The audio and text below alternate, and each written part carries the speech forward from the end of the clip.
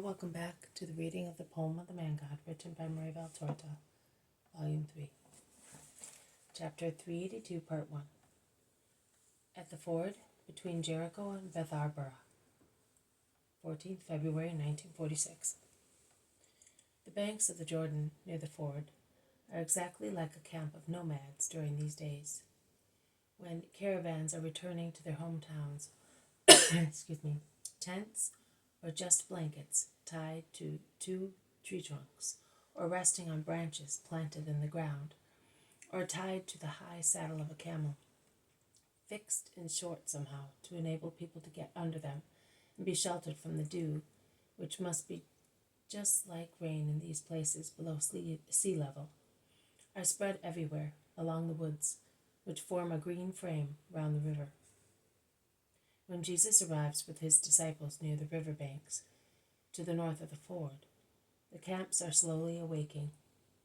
Jesus must have left Nike's house at dawn because the sun has not yet risen and the place is beautiful, cool, and serene. The more earnest people, awakened by the neighing, braying, the strange cries of horses, donkeys, camels, by the quarrels or songs of hundreds of sparrows and other birds among the branches of willows, of reed thickets, of the tall trees forming green tunnels about the flowery banks, begin to steal out of the gaily colored tents and go down to the river to wash.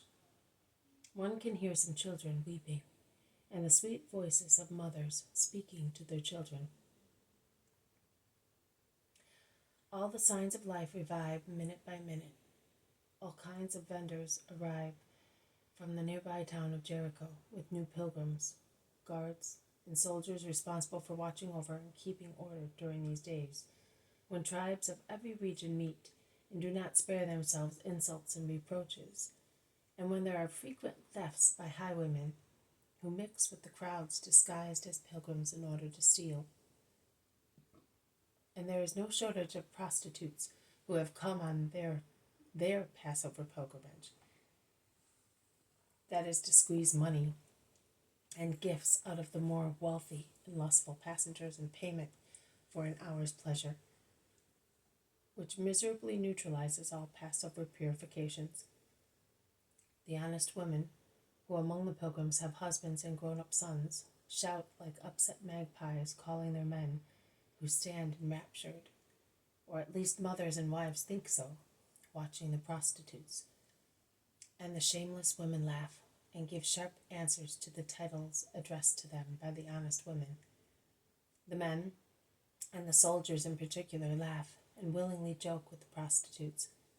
Some Israelites, morally rigid, or only hypocritically rigid, go away indignantly, whilst others make use of the deaf and dumb alphabet in advance, because they make themselves clearly understood with the prostitutes by gestures. Jesus does not follow the straight road that would take him to the middle of the camp. He goes down to the gravel bed of the river, takes his sandals off, and walks where the water brushes against the grass. The apostles follow him. The elder ones, who are more uncompromising, grumble. And to think that the Baptists preached penance here.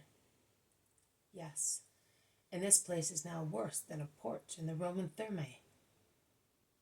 And those who call themselves saints do not disdain to amuse themselves there. Did you see them too? Of course I did. I have eyes as well. The younger or less rigid apostles, such as Judas of Kerioth, who laughs and watches very carefully what is happening in the camps, and does not disdain contemplating the beautiful impudent women who have come looking for customers. And Thomas, who laughs, watching the angry wives and the indignant Pharisees. And Matthew, who cannot speak severely against vices and corrupt people, as once he was a sinner himself, and is content with sighing and shaking his head.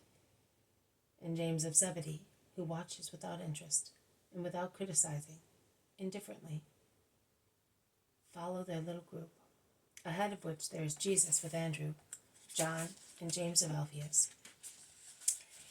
Jesus' face is uncommunicative, as if it were carved in marble, and it becomes more and more uncommunicative, as from the top of the embankment He hears words of admiration or shameless conversations between a not very honest man and a prostitute. He looks straight ahead all the time, fixedly. He does not want to see. And his attitude makes his intention very clear.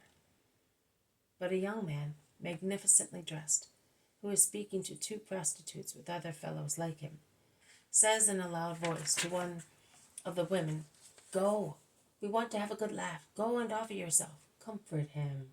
He is sad, poor as he is. He cannot buy women."